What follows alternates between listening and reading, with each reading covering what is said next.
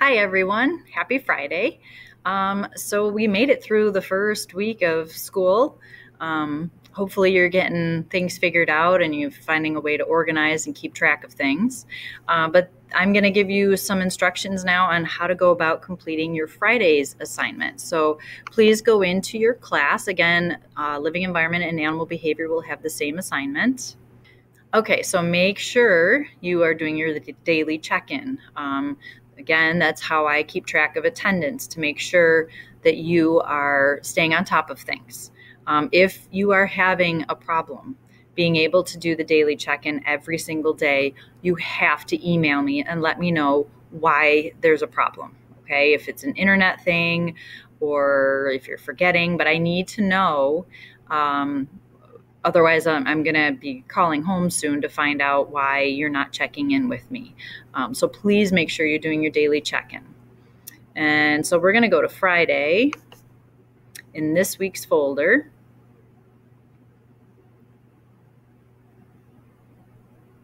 And you can see on the front of our folder, we do have a Google Meet. So that will be during your class period, the first few minutes. You're going to do your daily check-in so that I can take attendance. You will have a bell ringer number 4, and then we're going to do the last part of our community building activity.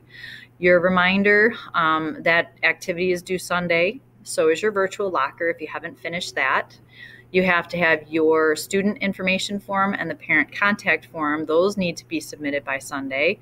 And then also please sign up for Remind by Sunday as well. So let's open the folder completely.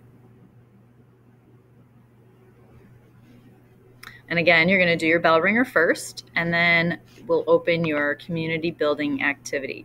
This is going to be graded. I'm going to use a rubric to grade this assignment. It's kind of the culmination of all the other community building activities we've been doing this week. So the rubric is down here. You can see you're going to get 10 points, 5 points, or 1 point based on these criteria. So let me open the document. I have it here for you to look at.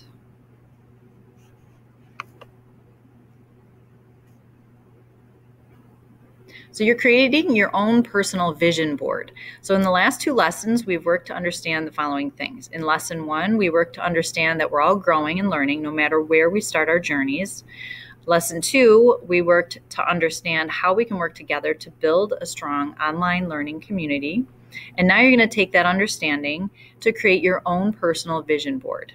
Okay, so this vision board is just like what it sounds like. It's a board or a slide, a Google slide, that reflects your vision for this school year. What do you want your school year to look like, whether we're physically in the classroom or online, okay? And it's not as hard as it seems. So here's some more directions. In this class, we are all here to learn and grow, okay? We're all getting smarter no matter how different we are when we begin. We all have different levels of understanding.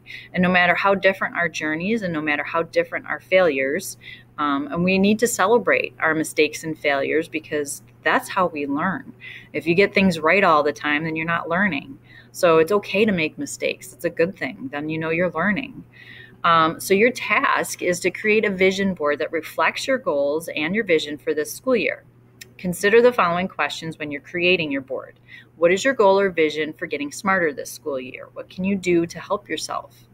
And number 2, when you envision this school year, what is something you can't do yet that you hope to be able to accomplish by the end of the school year? It could be something big, it could be something small. This is personal to you. And number 3, what failures did you encounter in the past that you hope to learn from?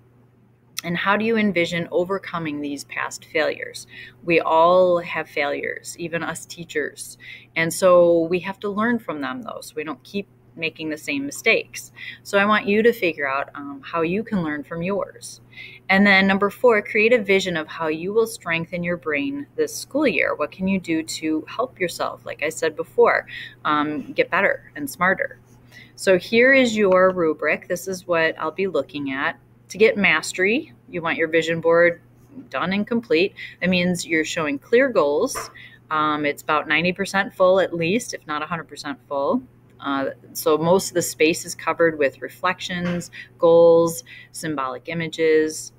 And that's what you want to aim for. Okay. If you fall into the other two categories, I might ask you to redo it or resubmit it. And then I do have an instructional video that gives some tips. This is made by someone else. And then an example here at the end. This is just a random made up one, but you can see how they've got some different goals. This person wants to read 25 books. They want to be able to keep track of assignments using a weekly planner. You know, these are all different things that are going to help this person be more successful this year. And then your last slide is actually the space for your vision board. When you're adding images, remember we had that website that can remove background. So you can use that so that you can insert pictures in without the background. But creative and be creative and have fun with this.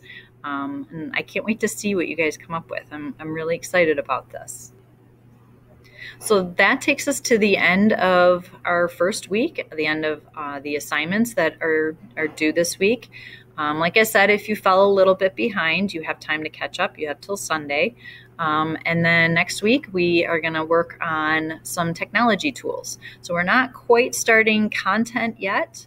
I want to make sure you know how to use all the different tools that I plan on using this year.